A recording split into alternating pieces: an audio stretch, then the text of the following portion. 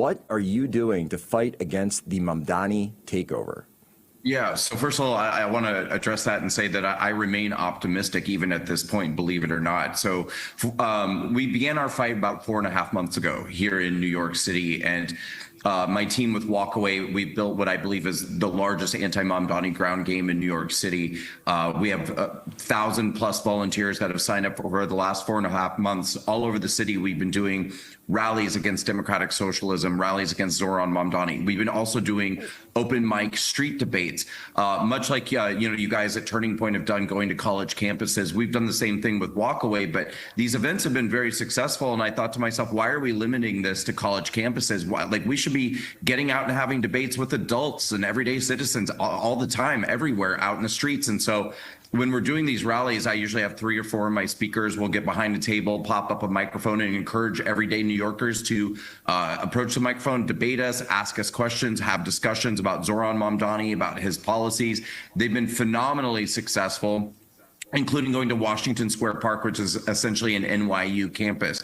And as you're showing there on your screen, I've also been putting out these videos every couple of days or so. These videos were just basically running around New York City, but debunking Zoran Mamdani's policy promises that he's making to people, as well as a lot of the lies of Democrat socialism. As I say, Democrat socialism takes vulnerable people and lies to them. And I think that that's what Zoran Mamdani is doing. But here we are now. Let me ask you about that real quick. Let me ask you about that, because that's something that we've been, I've been talking with like Steve Bannon about and others. This is sort of the difference between like right-wing populism and MAGA populism versus this, what I call resentment populism, where democratic socialism is like, hey, your life sucks, prices are high, rent is high, housing is expensive, everything's expensive. So let's take it from all those rich white people, and tear it down, and let's blame Israel, let's blame everything under the sun that we can, rather than just try to make things better for everyone. Does that kind of track with what you're seeing?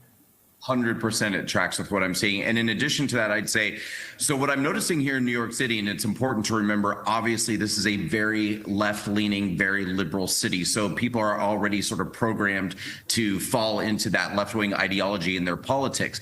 But I think what I'm seeing in all the conversations I've been having, and I've been talking to many, many hundreds and hundreds of New Yorkers over the last 4.5 months, it's very reminiscent to me about what Donald Trump, the way he appealed to people in the 2016 election, people who wanted to change, people who thought the system was broken and wasn't working for them. It's absolutely left-wing populism happening here in New York. The difference is what Donald Trump said was, I agree with you, the system is broken, so let's go in and give the system less power. Let's dismantle the system and give the power back to the people. What Zoran Mamdani is saying, I see you, I hear you, I agree with you, the system is broken, so let's give that system more power. Let's give that system more control over your lives. Let's give infinite power to the system. And people, for some reason, are not connecting the dots. And that's what I'm trying to help here in New York, is for people to connect the dots. You're being lied to. You're being deceived. Democratic socialism is going to take the very real pain points that you're describing